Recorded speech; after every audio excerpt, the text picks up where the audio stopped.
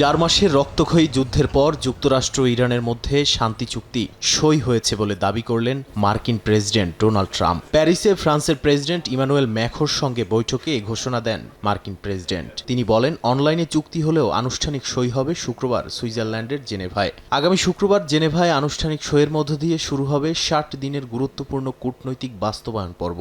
Trump, JD Vance ও ইরানি speaker গালিবাফের এই সমঝোতায় বৈশ্বিক বাজারে তেলের দাম কমলেও স্থায়ী শান্তি নিয়ে রয়ে গেছে প্রশ্ন।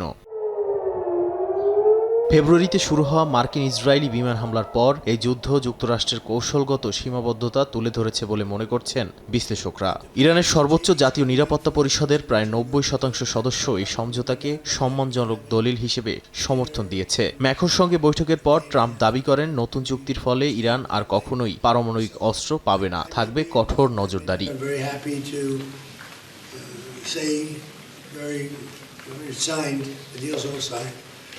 And the strait is already partially opened. As you know, they're doing a little hunting for a couple of mines that they've already found.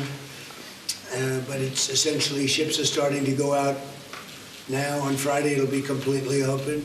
চুক্তির খবরে শেয়ার বাজার চাঙ্গা হলেও হরমুজ নিয়ে বিভ্রান্তি রয়েছে। কিছু জাহাজ চলাচল শুরু হলেও নিরাপত্তা ও জ্যামিংয়ের কারণে অনেকেই ট্র্যাকার বন্ধ করে রেখেছে বলে জানিয়েছে পর্যবেক্ষণ সংস্থাগুলো। 19 জুন পর্যন্ত নৌ অবরোধ ধাপে ধাপে প্রত্যাহারের প্রক্রিয়া চলবে বলেও জানা গেছে।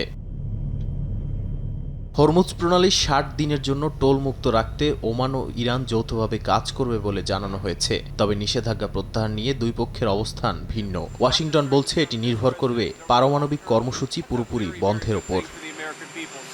চুক্তিতে সবচেয়ে বেশি চাপ তৈরি হয়েছে ইসরায়েলের ওপর। গাজা, সিরিয়া ও লেবাননে অভিযান অব্যাহত রাখার ইঙ্গিত দিয়েছে ইসরায়েলি প্রতিরক্ষা মন্ত্রণালয়। চুক্তির দিনই দক্ষিণ লেবাননে ড্রোন হামলায় একজন নিহত হওয়ারও খবর পাওয়া গেছে।